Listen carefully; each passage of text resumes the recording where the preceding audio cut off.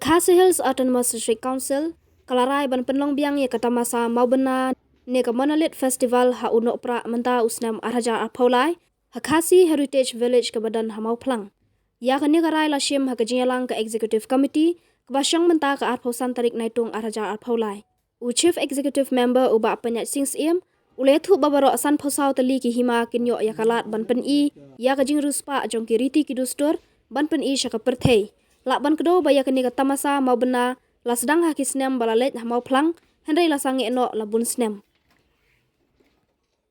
Kerana nakalang siam ni sokha jiri berke financial position juga council nakalang siam lesa ngila entrosi by constitute ka financial expert committee ka ban head mai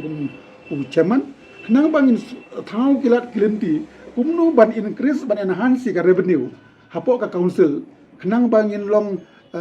self supported council banginom depend than habar hajinge dei bat ka patingka jongka council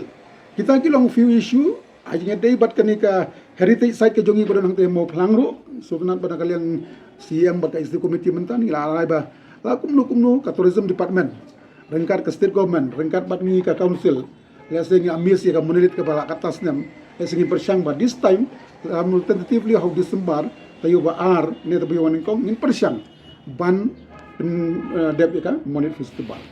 kenang ba sa simpat ngina ban showcase ya ka jiruspa jong ya ka jiri bat ka riti rustur ka shat ka masti ka rawai ka sia berkiwai kiwai kita kilong ki few issue kiba ngila rai mentan hapo ka executive committee rai ban penlong tahun ni penai Disember te ka nongrim bangi penlong ya kani kalong bangi kwa ban showcase ne ban pen I seperti ya ke jeng ruspa jang kariti dastur ke jungi ka culture ke jungi but ya kani ka Monolith festival kan compare minta kasin na maria kani ngin sai train ang ka state government ba ka tourism department they can come here let's say can bon ki items ka ki babon ki bangin habban ya train ang state government kam tam bangila don ya kani ka Khasi Heritage Village hampai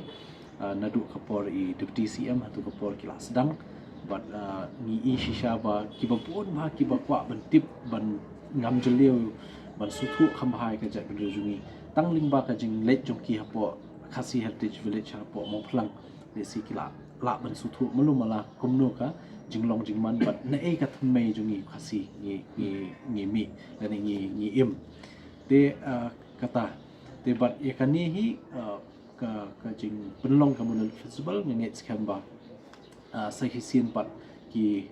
tourist ne ki brio jong ka jela dan ni jong kari India ne shabar jong kari India ru kintip chpang ka ja Khasi